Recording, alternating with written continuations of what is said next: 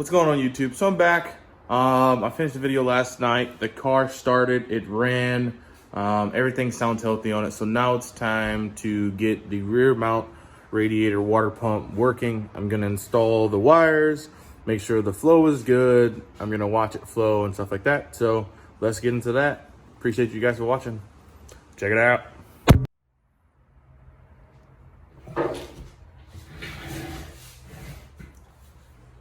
All right, so first things first, I've already cut my wire, red for power, black for ground. They're just about the same length. And now I have to make my connectors that's gonna go into the actual water pump connectors. So I'm just gonna use just your standard like gauge connectors for 14 to 16 gauge. These work really well. I like to take these off because I can't see if I crimped it good enough. So I don't like to have these on. I'd rather take these off and either shrink wrap them or just wrap them with tape. Tape works fine. Just over time the tape tries to come off, but it works fine. So just like that, comes right off. Same thing with this one. Comes right off. And now we gotta get to, I don't have any actual crimpers. I always just use a razor blade. I know crimpers probably would work easier, yes, but I don't care.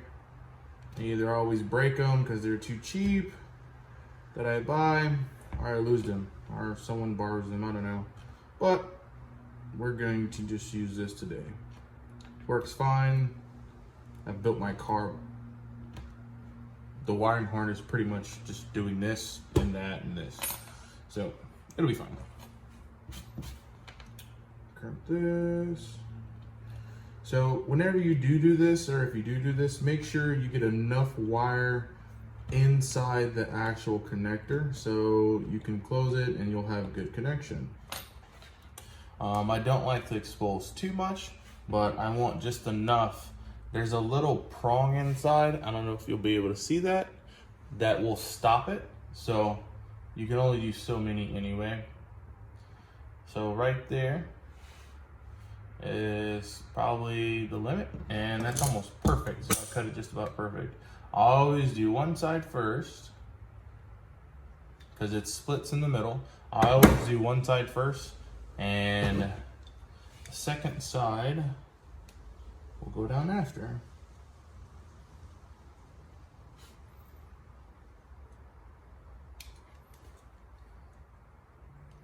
I crimp them all the way.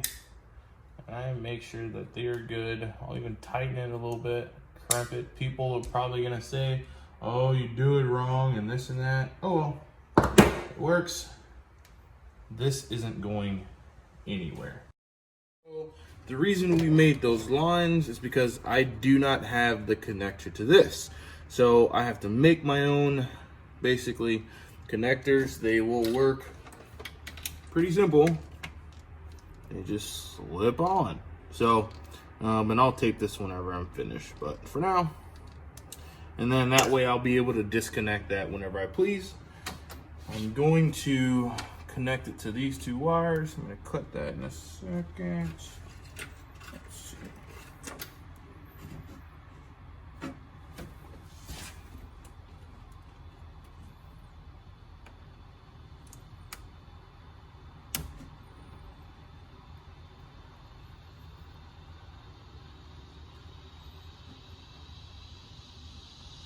There we go.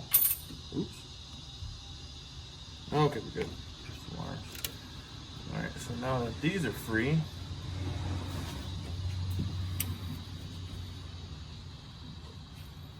I can start on this.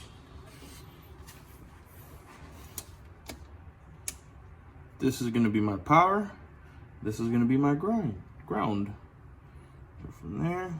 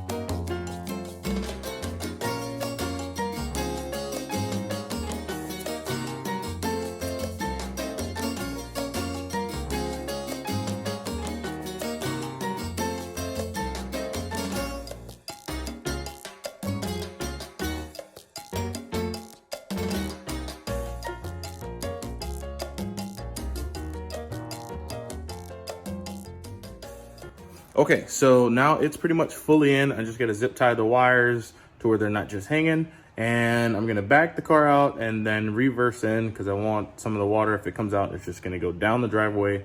We're just gonna put regular water in it. I think I have some distilled in the tow truck. So I'll check that out and let's see what happens.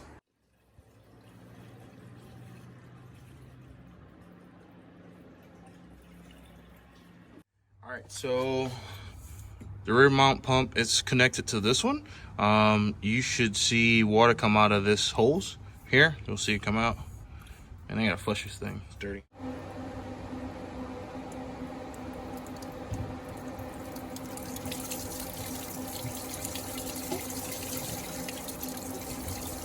Okay, so in this test, you'll see where the water flow isn't consistent. The reason that this is happening is because the radiator itself is not being completely filled. I'm only able to put a gallon in it at a time before it all starts to come out. Once it hits the water pump, it's just kind of having a burst of water. So that's what you see that's taking place in the video currently. Once the system is pretty much put all back together, the lines are connected, we can top off the radiator, and then you'll have a consistent flow from the pump and we will have no issues. So I just want to make sure that the water pump itself was working, and it is, so we're good to go.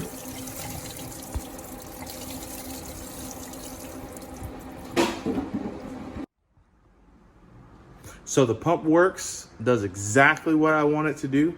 I couldn't even keep up with keeping the radiator full before it would empty it all. Like, that's really quick. Like, I would put a gallon, it'd be gone. I put another gallon, it was gone. I put a third gallon and it was gone. And I went to go put the fourth and I was like, all right, well, I think it's good. It's got to work. So I'm super excited with how that works. I'm just going to button up the front and I'm going to bleed the system, and I'm probably going to force some of the water out. I think it still has a little bit of old water in the block. It's probably not much because I did start it, I drove it and did empty it out a little bit, but I know there's still some in the pipe that goes from the engine, or pipe that goes from the front pump to the back of the radiator. So I'm going to clear that out. I'm not going to film that, but I'm super excited that it worked. Okay, so after getting everything pretty much set where I wanted to do with it, wired to the fans, that actually became a problem. When I was bleeding the system, turning it off and on, I actually burnt out a wire. So I had to change that wire. First I had to find it because the fuses didn't blow and the relay didn't blow. So those two were good and everything still worked when I connected it directly to power. So I finally traced the wire. It was a wire in between the fuse and the ground. I think it was actually going bad beforehand, and now it just completely failed. So what I did, I rewired the wires for the fan directly. I took off the T that I made for the water pump, and I ran the wires for the water pump independently. So now it gets direct power. It goes from switch to battery to pump. So now our switch to pump, it's ran off for switch, just a switch, nothing else. Kind of confusing myself, sorry about that. But this is kind of what it looks like now. So it's hardwired. It's plugged in up here. You can't really see it's tucked. That's in there, that's good. So the fans come on by themselves, they still work. And coming here, I had to, that's where all this stuff came from. I had to make another switch, so I put a hole in that. That's the only place I could find, and when I turn it on, you can hear that, but she's rolling, she's good. So that's a win. All right, so trial and error. Found the problem, fixed it, so that's all good. It's not really a big deal. I'm just glad it failed now versus when I'm gonna be at the dyno, or if I was at an event or anything like that. So it's fixed, it's not gonna fail now, it's good to go. It's hardwired, it works. I actually think it's louder than when I initially installed it because now it has direct flow from the battery, so that's good. But that's gonna end this video. I appreciate you guys for watching. If you have any comments, leave them below. hit that like button and subscribe for more content. I'll see you guys in the next video. Peace.